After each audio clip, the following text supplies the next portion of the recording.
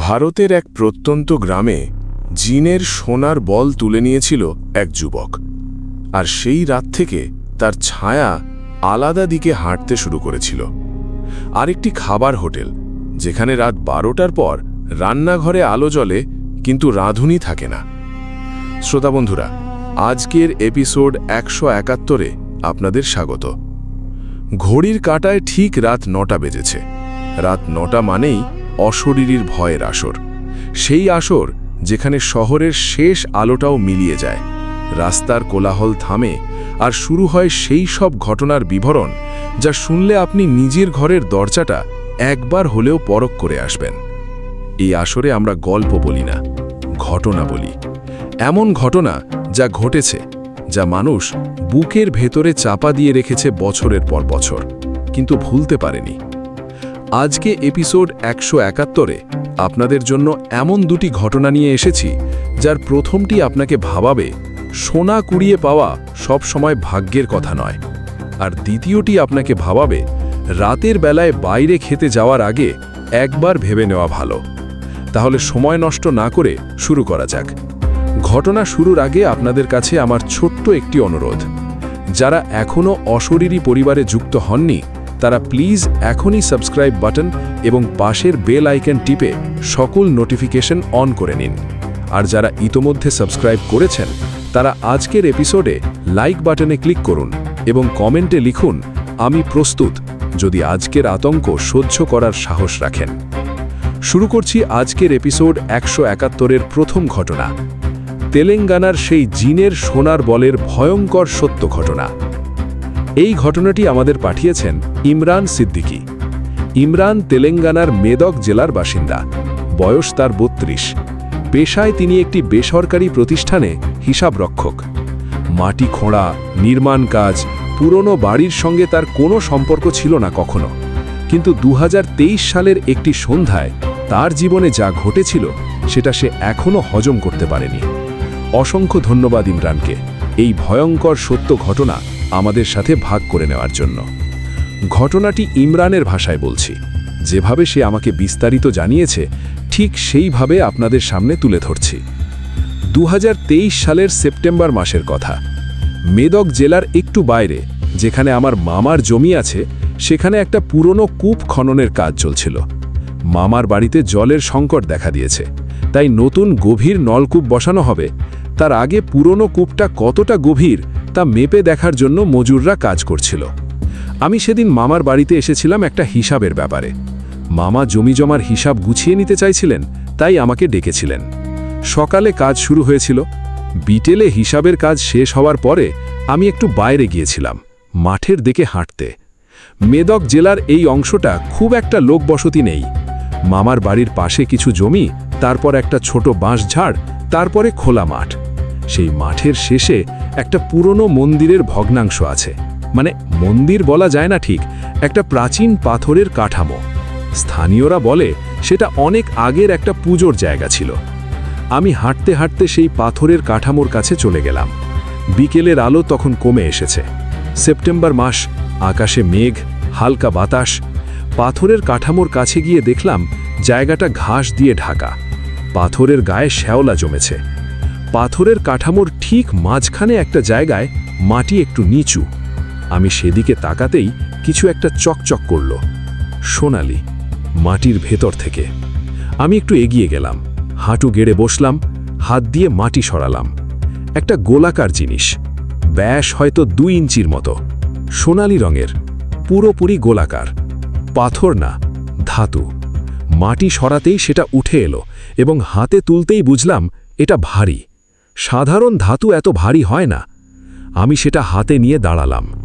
সূর্যের শেষ আলোয় সেটা চকচক করছে, পুরোপুরি মসৃণ, কোনো দাগ নেই, কোনো খাঁজ নেই, একটা নিখুঁত গোলক। মাথায় প্রথম যে চিন্তাটা এলো সেটা হলো, এটা কি সোনার? যদি সোনার হয় তাহলে তো। আমি সেটা পকেটে পুরে নিলাম। তখনই একটা জিনিস হলো যেটা আমি সেই মুহূর্তে বুঝিনি। পাথরের কাঠামোর ওপর দিয়ে হঠাৎ একটা বাতাস এলো, কিন্তু শুধু ওই জায়গাটায়।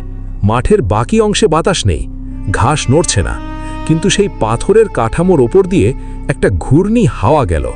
এবং সেই বাতাসে একটা শব্দ ছিল। কোনো মানুষের শব্দ না, কোনো পশু পাখির শব্দ না, একটা অদ্ভুত শো শো শব্দ, যেন কেউ দ্রুত শ্বাস নিচ্ছে, একটা মাত্র শ্বাস। তারপর থেমে গেল। আমি তখন ভাবিনি। পকেটে জিনিসটা নিয়ে মামার বাড়ির দিকে হাঁটা ধরলাম। মামার বাড়িতে ফিরে সেই গোলকটা বের করে মামাকে দেখালাম। মামা দেখলেন, হাতে নিলেন, বললেন, কোথায় পেলে? বললাম, পাথরের কাঠামোর কাছে মাটি থেকে।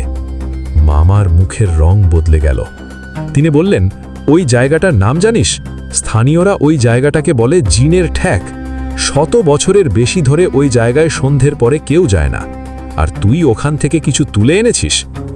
আমি বললাম, মামা, এটা হয়তো পুরনো কিছু জিনিস। মামা বললেন, এটা রেখে দে, এখনই ফিরিয়ে দিয়ে আয়। আমি একটু হাসলাম, ভাবলাম মামা একটু বেশিই সন্দেহপ্রবণ। বললাম, আচ্ছা, কাল সকালে দেখব। সেই রাতে মামার বাড়িতেই ছিলাম। রাতে খাওয়া দাওয়ার পরে শুয়ে পড়লাম। মামার বাড়িতে একটা অতিরিক্ত ঘর আছে, সেখানে আমি ঘুমাই যখন আসি। রাত কতটা হয়েছিল জানি না, ঘুমের মধ্যেই হঠাৎ টের পেলাম কিছু একটা অদ্ভুত। ঘুম পুরোপুরি ভাঙেনি, সেই অর্ধেক ঘুম অর্ধেক জাগা অবস্থায় অনুভব করলাম ঘরের ভিতরে একটা উপস্থিতি, কেউ আছে। আমি চোখ খুললাম। ঘর অন্ধকার, জানালা দিয়ে বাইরের আলো আসছে না, মেঘলা আকাশ। ঘরের এক কোণে একটা জায়গায় অন্ধকারটা একটু বেশি গাঢ়। আমি তাকিয়ে থাকলাম। গাঢ় অন্ধকারের মধ্যে একটা আকৃতি আছে, মানুষের মতো, কিন্তু ঠিক মানুষ নয়, অনেক লম্বা, মাথা ছাদের কাছে। মেদকের মামার বাড়ির ঘরের উচ্চতা 10 ফুটের বেশি হবে না। সেই ঘরের ছাদ পর্যন্ত যদি কেউ পৌঁছায়, মানে সে 10 ফুটের বেশি লম্বা। সে দাঁড়িয়ে আছে। আমি কথা বললাম না, গলা দিয়ে শব্দ বেরোলো না। সে নড়ল না, কিন্তু একটা কাজ করল। আমার পকেটের দিকে, মানে আমার প্যান্টের পকেটের দিকে তার মনোযোগ আছে, এটা বোঝা যাচ্ছিল। কোনো চোখ দেখতে পাচ্ছি না, কোনো মুখ নেই, কিন্তু তার মনোযোগ কোথায় সেটা টের পাওয়া যাচ্ছিল। সে আমার পকেটের সোনার গোলকটার দিকে তাকিয়ে আছে। পকেট ছিল না আমার, মানে প্যান্ট পরেছিলাম না শোবার সময়। প্যান্টটা পাশের চেয়ারে রাখা। সেই চেয়ারের দিকেও তার মনোযোগ। আমি আস্তে আস্তে বিছানায় উঠে বসলাম। অবয়বটা নড়ল না। আমি কলেমা পড়তে শুরু করলাম মনে মনে, কিন্তু মাথা কাজ করছিল না ঠিকমতো। ভয়ে মাথা অসাড় হয়ে যাচ্ছিল। তারপর সে একটু নড়ল, এক পা এগিয়ে এলো চেয়ারের দিকে, আমার রাখা প্যান্টের দিকে। আমি তখন চিৎকার করলাম। চিৎকারে মামা মামি ছুটে এলেন। আলো জ্বলল, ঘর আলোয় ভরে গেল। অবয়বটা নেই। মামা আমার মুখ দেখে বুঝলেন কি হয়েছে। তিনি কিছু বললেন না, শুধু চেয়ারে রাখা প্যান্টটা তুলে পকেট থেকে গোলকটা বের করলেন। বললেন, এক্ষুনি ফিরিয়ে দিতে হবে। আমি বললাম, রাতে? মামা বললেন, রাতেই। মামা আমাকে নিয়ে রাতেই সেই জায়গায় গেলেন, মশাল নিয়ে। পাথরের কাঠামোর কাছে গিয়ে আমি যেখান থেকে তুলেছিলাম সেই জায়গায় মামা গোলকটা রেখে দিলেন, মাটি দিয়ে ঢেকে দিলেন। ফেরার পথে মামা বললেন, এই জায়গার কথা আমার বাবা বলেছিলেন, আর তার বাবাও জানতেন। এই পাথরের কাঠামোর নিচে অনেক পুরনো আমলে কিছু একটা ছিল। ওখানে যা পড়ে থাকে তা ফেলা থাকে কারণে, নেওয়া যায় না। সেই রাতে মামার বাড়িতে ঘুমালাম, কোনো অবয়ব আসেনি। পরের দিন সকালে বাড়ি ফিরলাম, কিন্তু সেটাই শেষ নয়। বাড়ি ফিরে 3 দিন স্বাভাবিক ছিল। তারপর চতুর্থ রাতে একটা জিনিস লক্ষ্য করলাম। ঘরে একটা আয়না আছে দেওয়ালে। সকালে আয়নার সামনে দাঁড়াই, প্রতিদিন শেভ করি, চুল আছড়াই। চতুর্থ দিন সকালে আয়নার সামনে দাঁড়িয়েছি। আমার ছায়া আয়নায় দেখা যাচ্ছে, স্বাভাবিক। কিন্তু একটু পরে লক্ষ্য করলাম আয়নায় আমার ছায়াটা ঠিক আমার মতো নড়ছে না। মানে আমি ডান হাত তুললাম, ছায়া তুলল, কিন্তু একটু দেরিতে। যেন ছায়াটা আমার নড়াচড়া দেখে নকল করছে, কিন্তু একটু পিছিয়ে আছে। আমি ডান দিকে মাথা হেলালাম, ছায়া হেলালো, কিন্তু বাঁ দিকে। আমি থমকে গেলাম।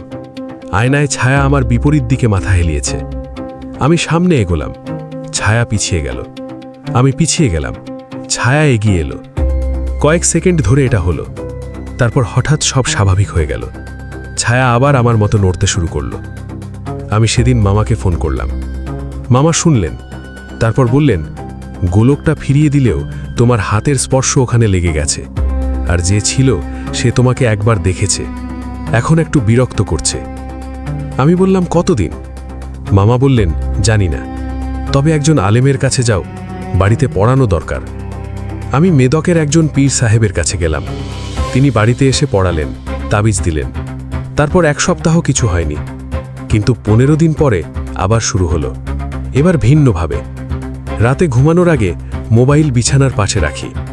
15 দিনের মাথায় সকালে উঠে দেখলাম মোবাইলের ক্যামেরা অন, মানে ক্যামেরা অ্যাপ খোলা, কিন্তু কেউ ব্যবহার করেনি। গ্যালারিতে গেলাম, রাত 3টে তোলা 2টো ছবি। আমি রাত 3টে ঘুমাচ্ছিলাম। ছবি দুটো আমার ঘরেরই, কিন্তু একটু অদ্ভুত অ্যাঙ্গেল থেকে, যেন কেউ বিছানার পাশে দাঁড়িয়ে তুলেছে, নিচের দিক থেকে ওপরে। ছবিতে আমাকে দেখা যাচ্ছে, ঘুমাচ্ছি, কিন্তু ছবিতে আরেকটা জিনিস আছে। আমার পিছনে, মানে বিছানার পেছনের দেওয়ালের কাছে একটা দীর্ঘ ছায়া। ছবির আলো কম বলে স্পষ্ট নয়, কিন্তু দেওয়ালে একটা লম্বা ছায়ার আকৃতি, সেই ছায়া যেটা মামার বাড়িতে দেখেছিলাম। আমি সেই ছবি দুটো দেখে স্তব্ধ হয়ে বসে রইলাম। এরপর আমি আর দেরি করিনি। হায়দ্রাবাদ শহরে একজন পরিচিতের মাধ্যমে একজন অভিজ্ঞ মৌলানার সাথে যোগাযোগ করলাম। তিনি ফোনেই পুরো ঘটনা শুনলেন। তিনি বললেন, জিনের জিনিস নিলে জিন তার জিনিস ফেরত নিতে আসে। তুমি ফিরিয়ে দিয়েছ, কিন্তু সে তোমাকে চিনে ফেলেছে। এখন সে দেখছে তুমি কেমন আছো। আমি বললাম, মানে সে এখনো আমার কাছে আসছে? মৌলানা বললেন, হ্যাঁ, তবে তুমি ফিরিয়ে দিয়েছ বলে সরাসরি ক্ষতি করছে না, শুধু উপস্থিতি জানান দিচ্ছে। কিন্তু এই উপস্থিতি ক্রমশ বাড়তে পারে। তিনি বেশ কিছু আমল দিলেন। প্রতিদিন পড়তে হবে, ঘরে নিয়মিত সূরা পড়তে হবে। আমি মেনে চলতে শুরু করলাম। প্রথম সপ্তাহে আয়নার সমস্যা বন্ধ হলো, দ্বিতীয় সপ্তাহে মোবাইলের ছবি তোলা বন্ধ হলো। কিন্তু একটা জিনিস এখনো আছে। প্রতি বৃহস্পতিবার রাতে, ইসলামী বিশ্বাসে বৃহস্পতিবার রাতকে জুমার রাত বলা হয়। এই রাতে জিনদের চলাচল বেশি বলে বিশ্বাস আছে। আমার ঘরের পশ্চিম কোণে সেই গাঢ় অন্ধকার থাকে, শুধু সেই কোণে, বাকি ঘর স্বাভাবিক। আমি সেই কোণে আর তাকাই না। মৌলানা বলেছেন, যদি না তাকাও সে বুঝবে তুমি ভয় পাচ্ছ না, আর আস্তে আস্তে আশা কমিয়ে দেবে। কিন্তু যদি তাকাও সে বুঝবে তুমি তাকে দেখছ, এবং সে আরও কাছে আসবে। তাই প্রতি বৃহস্পতিবার রাতে আমি পশ্চিম কোণে আর তাকাই না, যদিও টের পাই। ইমরান শেষে বলেছিল, ভাই, একটাই কথা বলবো, যা পড়ে আছে পড়ে থাকতে দাও। পুরনো জায়গায়, পুরনো কাঠামোয় মাটির নিচে যা থাকে তা কারণেই থাকে। সোনার চকচকানি দেখলেই হাত বাড়ানো ঠিক নয়। আমি ফিরিয়ে দিয়ে বেঁচে গেছি, কিন্তু কারো কারো ক্ষেত্রে হয়তো ফিরিয়ে দেওয়ার সুযোগও থাকে না।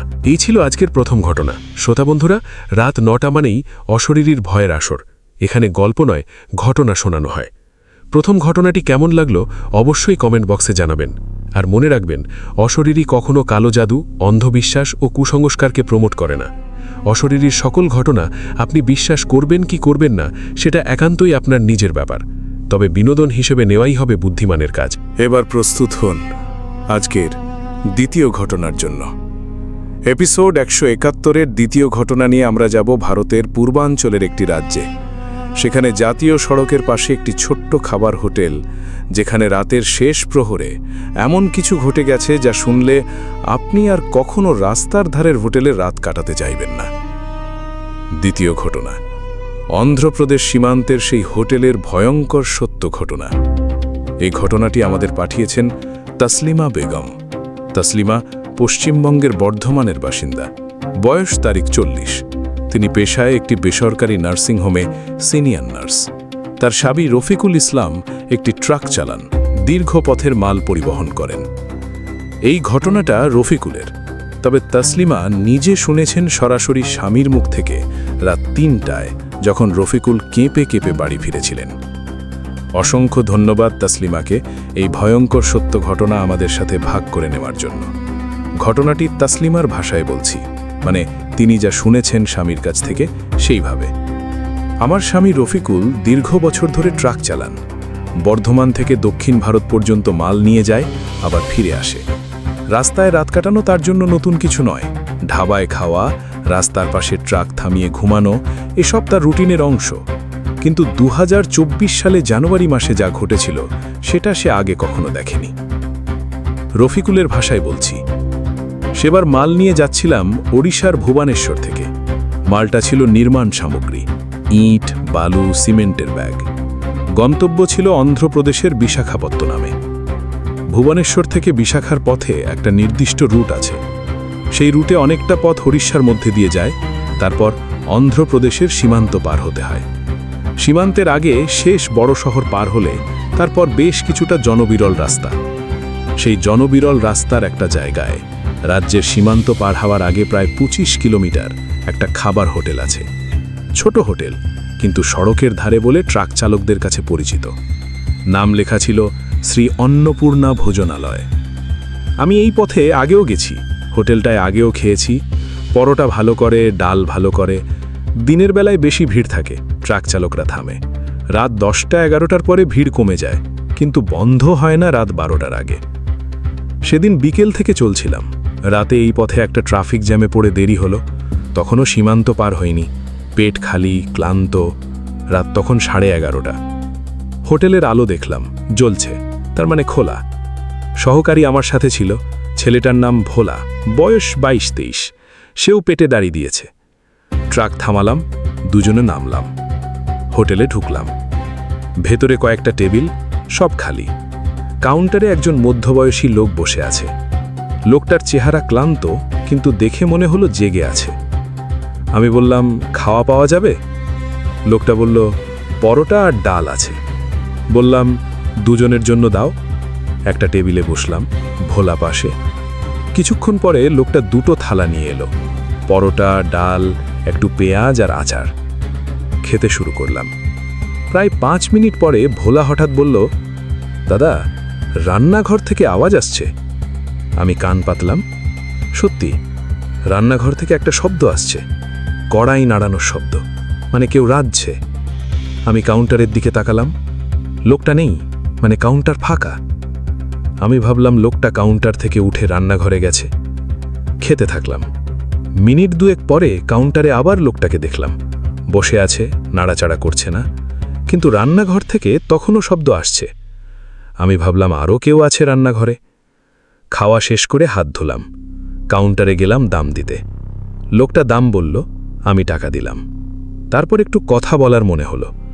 জিজ্ঞেস করলাম, রান্নাঘরে আর কেউ আছে? লোকটা আমার দিকে তাকালো, একটু অদ্ভুতভাবে তাকালো, চোখ একটু সরু করে। বলল, না। আমি বললাম, কিন্তু আওয়াজ তো আসছিল। লোকটা বলল, কিসের আওয়াজ? আমি বললাম, কড়াই নাড়ানোর। লোকটা কিছু বলল না, শুধু আমার দিকে তাকিয়ে রইল। তারপর বলল, আপনারা যান। তখন আর আমি মাথা ঘামালাম না, বের হয়ে গেলাম। ট্রাকে উঠে সীমান্তের দিকে যাওয়া শুরু করলাম। মিনিট 15 চলার পরে ভোলা হঠাৎ বলল, দাদা, আপনি পেছনে তাকান। কেন? তাকান। আমি রিয়ার ভিউ মিরার দেখলাম। ট্রাকের পেছন থেকে, মানে মালের দিক থেকে একটা আলো দেখা যাচ্ছে। ট্রাকের পেছনে মাল বোঝাই, ঢাকনা দেওয়া, সেখান থেকে আলো আসার কথা নয়। আমি ট্রাক থামালাম, নামলাম, পেছনে গেলাম। ট্রাকের পেছনের ঢাকনা বন্ধ, কিন্তু ফাঁক ফকর দিয়ে একটু আলো আসছে, ভেতরে কিছু একটা জ্বলছে। আমি ঢাকনা খুললাম, ভেতরে অন্ধকার, কোনো আলো নেই।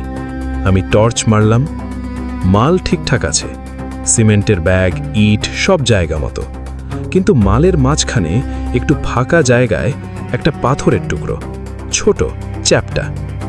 এই পাথর আগে ছিল না। আমি পাথরটা তুলে নিলাম, দেখলাম সাধারণ পাথরের টুকরো, কিন্তু তার উপরে কিছু দাগ আছে, মানে কাটার দাগ, আঁচড়ের মতো। কোনো ছবি বা অক্ষর স্পষ্ট নয়, কিন্তু যেন কেউ ইচ্ছে করে দাগ দিয়েছে। ভোলা আমার পাশে এসে দাঁড়িয়েছে, পাথরটা দেখে বলল, এটা কোথায় থেকে এলো? আমি বললাম, জানি না। ভোলা বলল, হোটেলে থামার পরেই এটা এসছে। আমরা পাথরটা রাস্তার পাশে ফেলে দিলাম, ঢাকনা বন্ধ করে আবার চলতে শুরু করলাম। সীমান্ত পার হলাম, অন্ধ্রপ্রদেশে ঢুকলাম।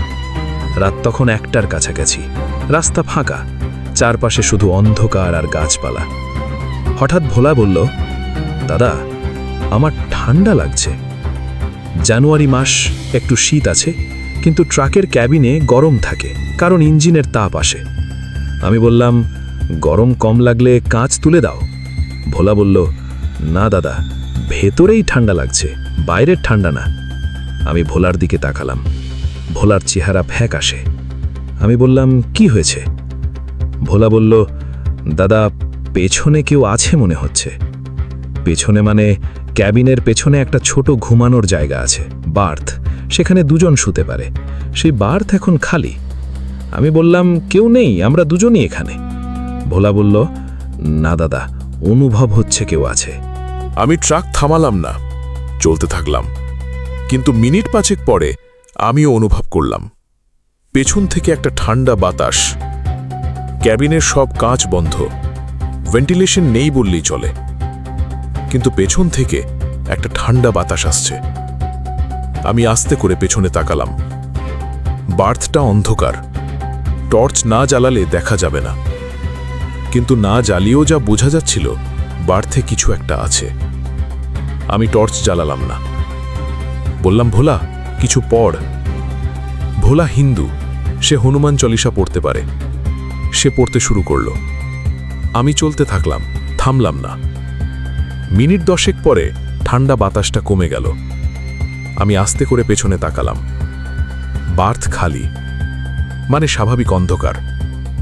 আমরা দুজনেই বুঝলাম কিছু একটা ছিল, চলে গেছে, কিন্তু শেষ হয়নি। বিশাখাপত্তনমের কাছে পৌঁছে একটা ট্রাক স্টপে ট্রাক রেখে ক্যাবিনেই ঘুমালাম। ভোর হলে মাল নামানোর কথা। ভোলা ক্যাবিনেই ঘুমালো, আমি বার্থে শুলাম। রাত 3টের দিকে হঠাৎ ঘুম ভাঙল। কোনো কারণ নেই, এমনিই ভাঙল। চোখ খুললাম। ক্যাবিনের সামনের কাঁচে, ড্রাইভারের সিটের ওপরের কাঁচে কিছু একটা। কুয়াশা না। রাতে কাঁচের ওপরে কখনো কখনো কুয়াশা জমে, এটা স্বাভাবিক, কিন্তু এটা কুয়াশা নয়। কাঁচের ওপরে বাইরের দিক থেকে কিছু একটা লেখা, আঙুলের দাগে, যেন কেউ বাইরে দাঁড়িয়ে কাঁচে আঙুল দিয়ে কিছু লিখেছে, তেলুগু ভাষায়। আমি তেলুগু পড়তে পারি না। সকালে মাল নামানোর পরে একজন স্থানীয় কর্মীকে দেখালাম। সে পড়ল, পড়ে একটু অবাক হল। বলল, এটা একটা নাম। জিজ্ঞেস করলাম, কার নাম? সে বলল, একটা মেয়ের নাম, আর তার নিচে লেখা, আমি এখানে আছি। আমি কাঁচ মুছে দিলাম। বর্ধমান ফিরে এসে তাসলিমাকে সব বললাম। সে বলল, একজন হুজুরের কাছে নিয়ে যাবে। নিয়ে গেল। হুজুর শুনলেন, বললেন, হোটেলে যে খেয়েছেন সেখানে কিছু একটা আছে। সেই হোটেলে কিছু একটা ঘটেছে অতীতে, আর সে তোমাদের সাথে কিছুটা পথ এসেছে। জিজ্ঞেস করলাম, এখন? বললেন, চলে গেছে, কিন্তু সেই হোটেলে আর যাবেন না। এটুকুই। তাসলিমা এখানে থেমে বলেছিলেন, কিন্তু ভাই, ঘটনাটা এখানেই শেষ হলে হয়তো আমি এতটা ভয় পেতাম না। ভয় পেয়েছি কারণ আমার স্বামী যখন ফিরে এসে এই ঘটনা বলছিল, তখন আমার ছোট মেয়ে, বয়স 8, সে বলল, আব্বু, তুমি যখন ট্রাকে ঘুমাচ্ছিলে তখন একটা দিদি তোমার পাশে দাঁড়িয়েছিল। আমার স্বামী থমকে গেল, বলল, তুই কিভাবে জানলি? মেয়ে বলল, স্বপ্নে দেখেছি। তাসলিমা বললেন, সেই রাতে আমার মেয়ে স্বপ্নে দেখেছে, আর সেই দেখার সময় আমার স্বামী কয়েকশো কিলোমিটার দূরে ছিল। দুটো মানুষ একই সময় একই জিনিস দেখেছে, একজন সত্যিকারে, একজন স্বপ্নে। এখানেই শেষ করেছিলেন তাসলিমা, কিন্তু আমি বলছি এই ঘটনাটা শেষ হয়নি এখানে। কারণ সেই হোটেলের কথা মনে রাখুন, সেই শ্রী অন্নপূর্ণা ভোজনালয়, উড়িষ্যা অন্ধ্র সীমান্তের আগের রাস্তায়, যেখানে রাত 11:30টায় রান্নাঘরে কড়াই নাড়ানোর শব্দ হয়, কিন্তু কাউন্টারে বসা লোকটা বলে রান্নাঘরে কেউ নেই। রফিকুল পরে আরেকটা কথা জানিয়েছিলেন তাসলিমাকে। সে আরও 2জন ট্রাক চালককে জিজ্ঞেস করেছিল যারা সেই রুটে নিয়মিত যায়। তাদের মধ্যে একজন বলেছে সে বছর 2 আগে সেই হোটেলে খেয়ে বের হওয়ার পরে তার ট্রাকের বনেটে একটা ভেজা হাতের ছাপ পেয়েছিল। রাতের বেলায় বৃষ্টি নেই, কুয়াশা নেই, কিন্তু একটা ভেজা হাতের ছাপ। আরেকজন বলেছে সে কোনোদিন সেই হোটেলে থামে না। থামার কারণ নেই, কারণ সে একবার থেমেছিল। সেই রাতে তার গাড়িতে ইঞ্জিন নষ্ট হয়ে গিয়েছিল, মাঝরাতে ফাঁকা রাস্তায়। মেকানিক আসতে ভোর হয়ে গিয়েছিল, আর সেই রাতে সে ট্রাকে বসে থাকতে থাকতে হোটেলের দিকে তাকিয়ে দেখেছিল হোটেলের জানালায় একটা মেয়ের অবয়ব, কিন্তু হোটেল বন্ধ হয়ে গিয়েছিল তখন। সেই হোটেলে কি আছে কেউ জানে না, কিন্তু সেই কাউন্টারে বসা লোকটা জানে। সে শুধু বলেছিল, আপনারা যান, তাড়াহুড়ো করে। যেন সে জানে কতক্ষণ সময় আছে। শ্রোতা বন্ধুরা, আজকের এপিসোড 171-এর দুটি ঘটনা এখানেই শেষ করলাম। তেলেঙ্গানার মেদকের সেই পুরনো পাথরের কাঠামো, যার মাটির নিচে এক সোনার গোলক লুকোনো ছিল, যা তোলা যায় কিন্তু রাখা যায় না। সেই গোলক আজও সেখানে আছে, মাটির নিচে। আর যে সেটা রেখেছিল, সে আজও প্রতি বৃহস্পতিবার রাতে ঘরের পশ্চিম কোণের অন্ধকারে টের পায় একটা উপস্থিতি। আর ওড়িশা অন্ধ্র সীমান্তের সেই খাবার হোটেল, যেখানে রাত 11:30টায় রান্নাঘরে কড়াই নাড়ে কিন্তু কেউ নেই, যেখানে থেমে খেলে পথে সাথী হয়ে যায় কেউ, সেই হোটেল আজও খোলা আছে রাতের শেষ প্রহরে। এই দুটি ঘটনা আমাদের মনে করিয়ে দেয়, এই পৃথিবীতে এমন কিছু জায়গা আছে যা মানচিত্রে নেই, যা সাধারণ চোখে দেখা যায় না, কিন্তু যারা সেখানে থাকে তারা দেখতে পায় আমাদের। মাটির নিচে, পুরনো কাঠামোয়, পরিত্যক্ত ইদারায়, রাস্তার ধারের হোটেলের রান্নাঘরে তারা আছে। আর আমরা না দেখলেও তারা আমাদের দেখে। যদি এরকম কোনো অভিজ্ঞতা আপনার বা আপনার পরিচিত কারোর জীবনে ঘটে থাকে, তাহলে আমাদের সাথে শেয়ার করতে পারেন। আমাদের ইমেল oshoririofficial@gmail.com। আপনার পরিচয় সম্পূর্ণ গোপন রাখার প্রতিশ্রুতি দিচ্ছি। আজকের এপিসোড কেমন লাগলো কমেন্ট বক্সে জানাতে ভুলবেন না। লাইক দিন, আপনার প্রিয়জনের সাথে শেয়ার করুন। যারা এখনও সাবস্ক্রাইব করেননি, প্লিজ এখনই সাবস্ক্রাইব করুন এবং বেল আইকন অন করুন, যেন পরের এপিসোড প্রকাশ হওয়ার সাথে সাথে নোটিফিকেশন পান। মনে রাখবেন, রাত 9টা মানেই অশরীরীর ভয়ের আসর। এই আসর থেকে বের হওয়ার পথ নেই, কারণ ভয় যতক্ষণ আছে, অশরীরী ততক্ষণ আছে। অন্ধকার যতক্ষণ থাকবে, এই আসর চলতে থাকবে। আগামী নতুন এপিসোডে সম্পূর্ণ নতুন ভয়ঙ্কর সত্য ঘটনা নিয়ে হাজির হব। সে পর্যন্ত ভালো থাকুন, সুস্থ থাকুন, সুন্দর থাকুন, নিরাপদে থাকুন। পুরনো পাথরের কাঠামোয় চকচকে কিছু দেখলে হাত বাড়াবেন না। রাতের রাস্তার ধারের হোটেলে খেয়ে বের হওয়ার আগে একটু ভাবুন, পেছনে কেউ আসছে কিনা। আর যদি ট্রাকের কাঁচে কোনো লেখা দেখেন ভোরবেলায়, পড়বেন না, কারণ পড়লে সে জানবে আপনি তাকে দেখতে পাচ্ছেন। শুভরাত্রি।